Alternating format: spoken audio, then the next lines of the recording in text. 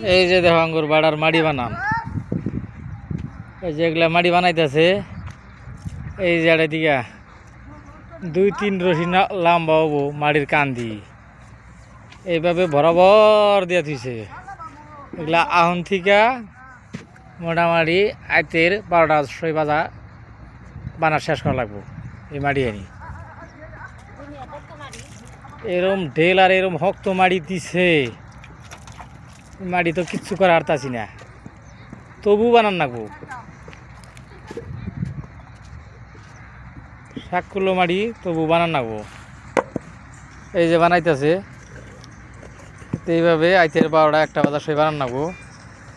তা বাদে যায় রাত মুখ দিয়ে কোনো মতে শোনাবো, আবার জম্বাই আজার হাতে হাতে আসে ফেরা বানান নাকি। যেগুলো পেপার দিয়ে দেখাইতেছি তার মাথায়ও আরো 30 টিপে আছে, এত মাড়ি দিছে।